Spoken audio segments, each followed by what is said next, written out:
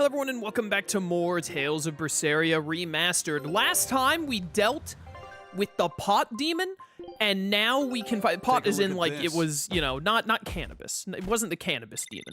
We had to take on a literal like metal pot. But most importantly, now we need to be level 10 to unlock this new area, so we keep with Barbados Archipelago for now. Most importantly, now we can upgrade stuff past +3. It can go up to +6, I believe. Weird, bit of a weird number, +6 instead of +5, but whatever, we take those. And I think right now we only have potentites that make it where we get like, we should do more DLC outfits today too. I'll try and do the next, we should do like one set of DLC outfits every stream, ideally, I think. I don't think we have any of the potentites yet that... It's these, right? The Armory Ace rights? Yeah. We don't have any yet that give us more souls, but we do get BG up. And that'll be very good for the AI, especially, because it means when the AI uses their Mystic Arts, if they're at max BG, they'll have like a BG left over, which means we'll still be able to switch blast them out even after they Mystic Art, in most situations. So, that will be very helpful. Oh, there's some conversations like back. Okay, interesting. So we actually need to go back into Titania. I was actually just trying to check to see if the Turtles was around because I wanted to start today by doing a bunch of enhancing and dismantling. Where obviously we're gonna focus on Velvet first, but it'd be nice if all of the characters could get up to the way it works. I noticed you've come up with your little name for the kid. You sure are the sentimental type, aren't you? Oh, calling him Fee doesn't cost me anything. And it's not like I gave it much thought. That may be the case, but no one else has taken even that token effort. And in doing so, I wonder if maybe you were trying to encourage him to be his own being. After all, one requires a name before he can consider his own identity. Having been given a name, he realizes he is his own entity, separate from others, and a certain formless essence comes to life inside him. And you're the one who set that process in motion for the kid. Whether you intended to or not, you changed him from a puppet into a living being. So what's your point? I've been with you since the start of this journey, haven't I? Wouldn't kill you to give me a nickname, would it? I've never really thought of us as being that close. And besides, you just forced your way into the group. Come now! I know you've got a bigger heart than that! Surely you have it in you to give a nickname to a dear friend! We're not dear friends. And even if we were, I'm not good at nicknames anyway.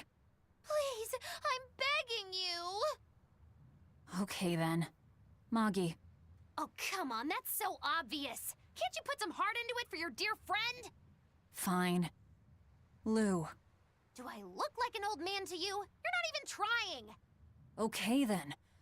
Witchy McWitcherton. Interesting. Well, if I had to rank it against 1,000 other nicknames, I'd probably put it at number 1011.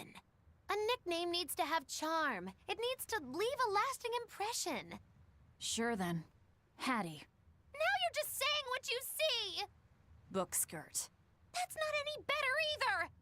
Ms. Creepy Eyes. That's just an insult!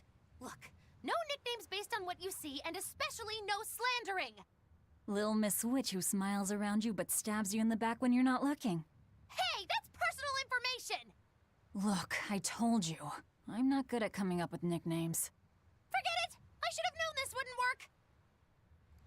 Personally, I think that we should throw her into the ocean. That's what I believe. I hit triangle by mistake there. I was trying to hit square. I didn't even mean to trigger that skit. I don't remember what I was talking about either, so, you know, it is what it is. It's time to hunt Grocky.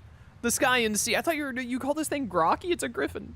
The sky and sea here are your playground. Find something nice to impress Kamoana with. Ree! Scraw! That's what birds sound like, I've decided. Aizen, what happened to those octopuses?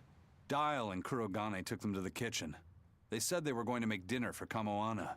They're going to feed demons to her? She's a Therian? A Therian needs malevolence to survive. That's why they carried them off alive. What do they plan on making? Octopus ink pasta with takoyaki and fried octopus on the side, and Hellavisian octopus carpaccio. Do they have a takoyaki pan here at the prison? Kurogane hammered one out with some iron, along with a large pot for the pasta. Still looking like that? Takoyaki would hit the spot right about now, though. Octopus ink pasta, huh?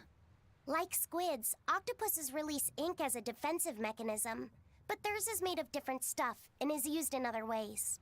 Squid ink is stickier and acts like a decoy, but octopus ink spreads out like a cloud of smoke.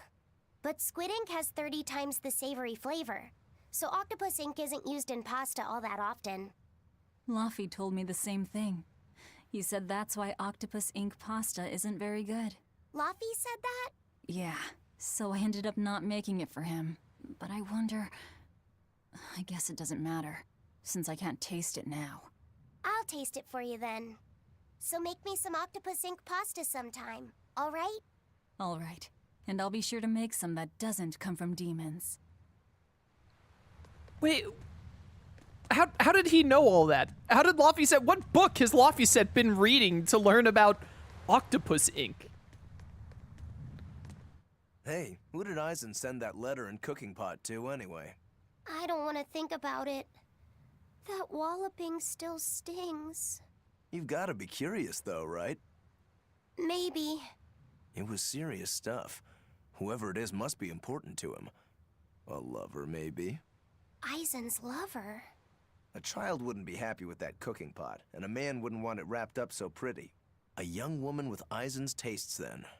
He'd be bound to fall for a miraculous match like that, right? I don't know.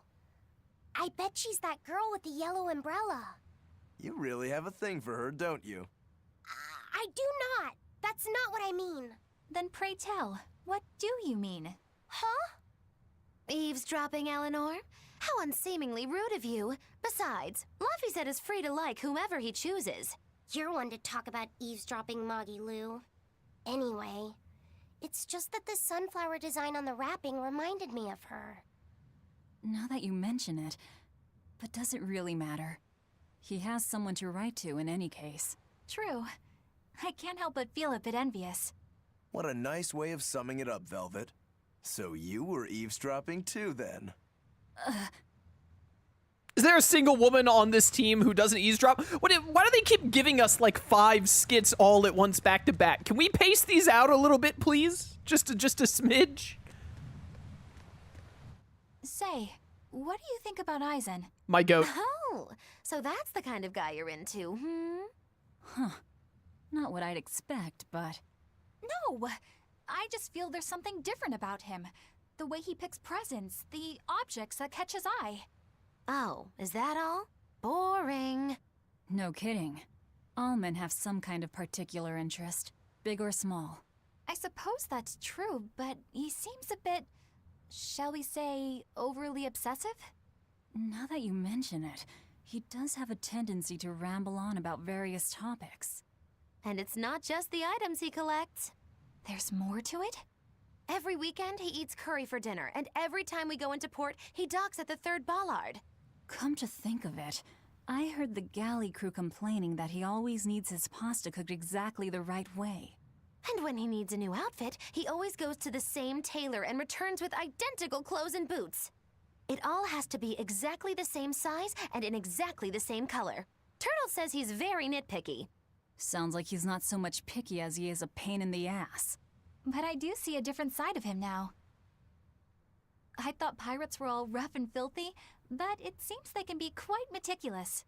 Not much of a reassessment. Oh my, it never ends. It never ends. This is gonna be the whole stream. I just want to go enhance my materials. They're good skits, but come on.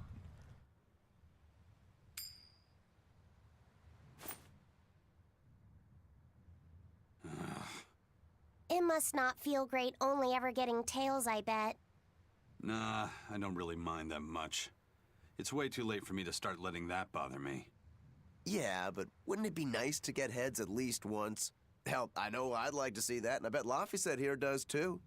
Yeah, I do. Right? That's why I've brought something a little special. Ta-da! What's so special about that coin? It looks identical to the one Aizen already has. The front side does, yes. But both sides of the coin are actually heads. I had Kurogane make it for me custom. If both sides are heads, then not even the Reaper's curse can stop it. Well, yeah, but that's cheating. What's the point in getting heads if it's rigged that way? It's not cheating. It's called effort and hard work. How? If you always work hard and never give up, you'll make your own way forward. All right, I'm in. I'll get that heads for you.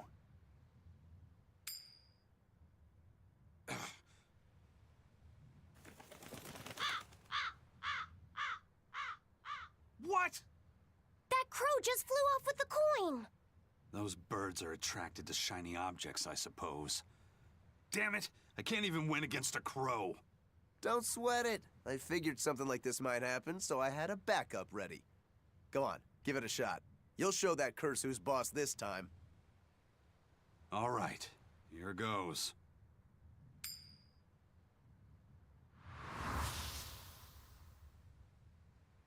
I don't believe it! Now Prince Percival's griffin's gone and eaten the other coin right out of the air! Are you kidding me? Not to worry, I've got a spare backup. It's time to put that curse on notice. Right. Here I go.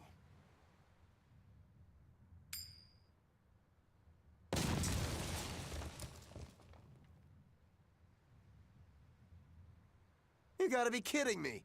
Reaper's curse or not, does it really have to go this far over a damn coin? It's fine, really. I had a feeling it'd turn out like this. Well, I sure didn't. Yeah, me neither. So the coin literally just explodes. Oh, that's a really good skit. I like that one. All right, we finally made it through Skit Mania. Let's go see what these conversations back here are about, and then we'll get a move on, and we'll find a shop eventually. Open up. Try and refill our cat souls. Dial! Hey, Kuragane, let me ask you something. More complaining, is it? Come on, don't be like that. Every time I turn around, Velvet or one of the pirates is telling me to go make some delivery to some island. I can never get a break. Isn't that just a sign they think you're a dependable guy? Maybe, but I don't see them sending you off on errands. It's like they take one look at your face and decide to leave you alone. I don't have a face. Oh, right, sorry. Slip of the tongue. Maybe you just don't know how much work I do around here. It's more than you think. Anything to do with iron, I do it. Making tools, repairing things. What do you take me for? Some kind of cheeky freeloader? I don't even have cheeks. You're too funny. But doesn't it ever annoy you to have all these kids giving you orders? I've spent my entire life thinking of nothing but forging swords. It's been centuries since I've interacted with youngsters like them. They can be a hassle, but at least it's a new hassle. Yeah, that's what I thought at first, so I went along with whatever they asked. But I've been too nice, so they keep pushing work onto me. Maybe if I hadn't been so helpful, they would have stayed out of my face like they stay out of yours. I don't have a face. That's not the point. Aren't you even listening to what I'm saying here? You need to make up your mind. You and I got on this ship alongside these people, who are putting themselves in great danger in order to live the lives of their choosing. If you don't like it, then go on and get off this ship with your tail between your legs. Yeah, except I don't have a tail right now. It is impossible to have a conversation with these two. Literally cannot be done. What on earth is all the way back here? What is this about?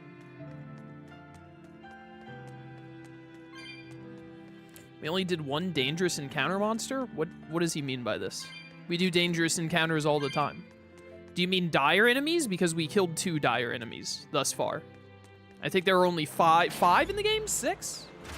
It's 5 or 6. I don't remember. I don't remember if it's 5 or 6. We've already beaten 2 of them. This is the other dock. Yes, this dock is in fact a dock. What are you losers doing back here? Thank you.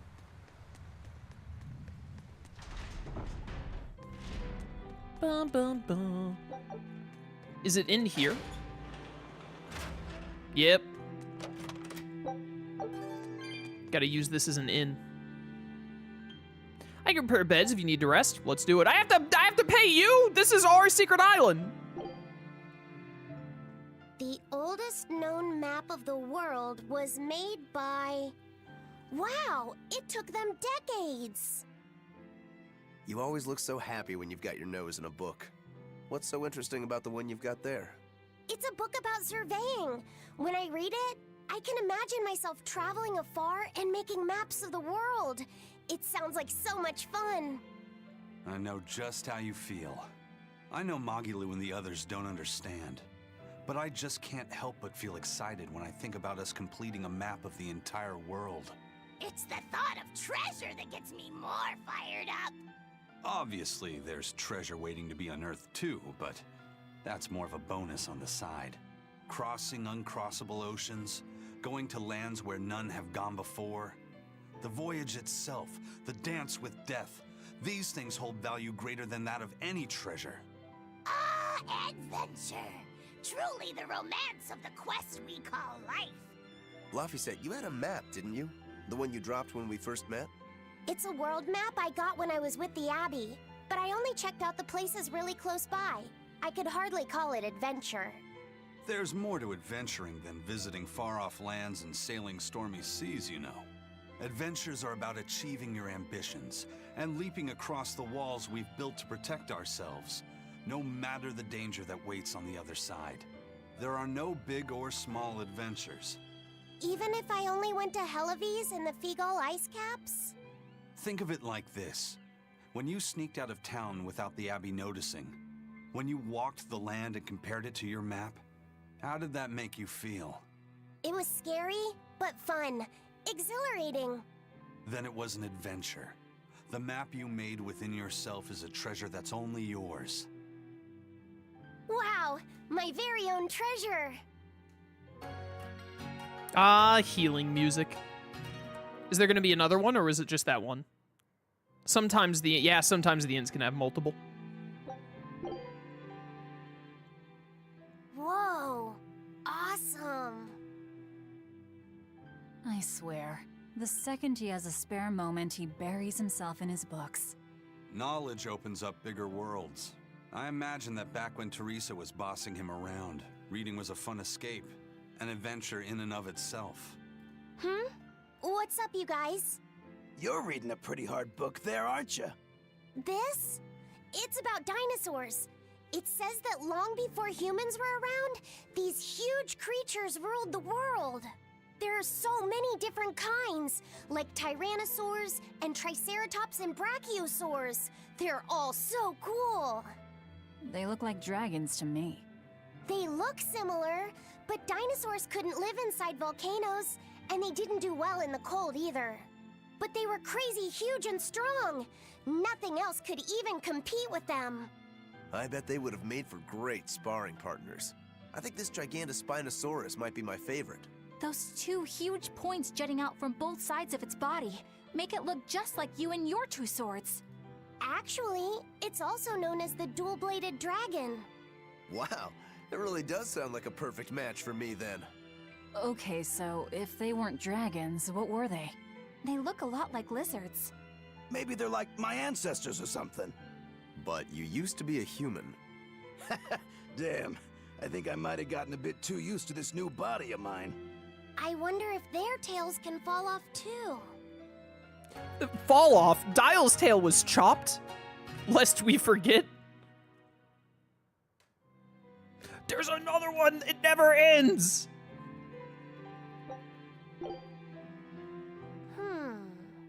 Did you ever figure out if that bug was a stag or a rhinoceros beetle? Here we go again. Actually, I still haven't really looked into it. Why not? Weren't Rokuro and Aizen pretty curious to find out too? They're why I haven't. They both have really strong opinions, and they both make a believable argument.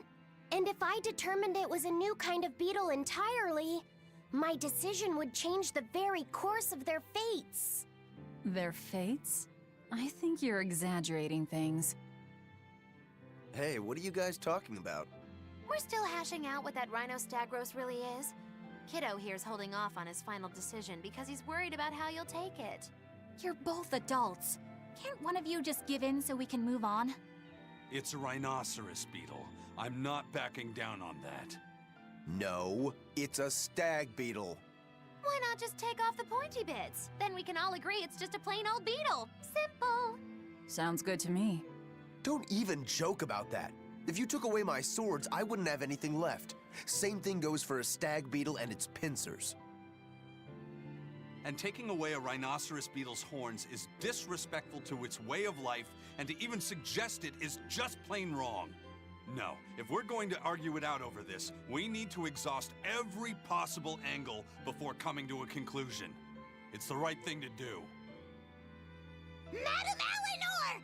Here's that field guide to rare insects of Midgand you wanted me to get you. Thanks, Bienfu. Surely this book will have something about that bug. Yeah, here it is. This beetle's real name is...